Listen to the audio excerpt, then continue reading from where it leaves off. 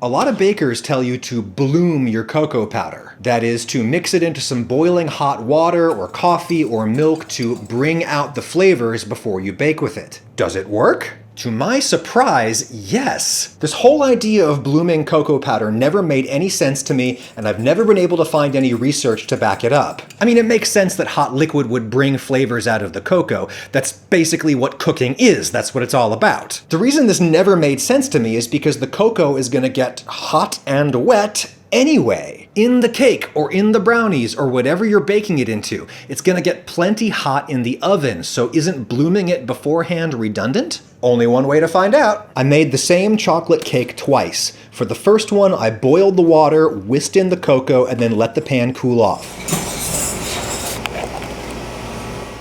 For the second one, I whisked straight into cold water. It was a little harder to integrate cocoa into cold water. But when the rest of the ingredients went in, the roles reversed. It was really hard to integrate everything else into that warm cocoa sludge, and some little lumps never smoothed out. Don't let me forget, bloomed cocoa is on the... Oh, wait a minute. Bloomed cocoa is on the right. I baked them, I cooled them thoroughly, I got a glass of milk to use as a palate cleanser, and then tasted.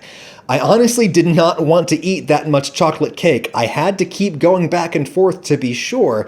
The cake with the bloomed cocoa powder really did taste more intense, deeper, more chocolatey. And whatever lumps were in the batter cooked out when it baked. It's not a huge difference in flavor, but it is a noticeable difference. How can this be? The cocoa powder got hot in both cakes, about equally hot.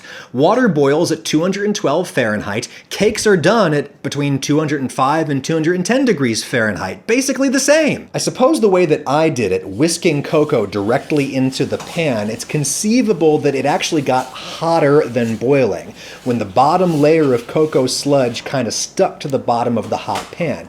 It might have browned a little bit down there, like fond. I have no explanation here for you. If you have theories, let me know about it, but for now, here's the takeaway. If you've got time, bloom your cocoa. It does make a difference.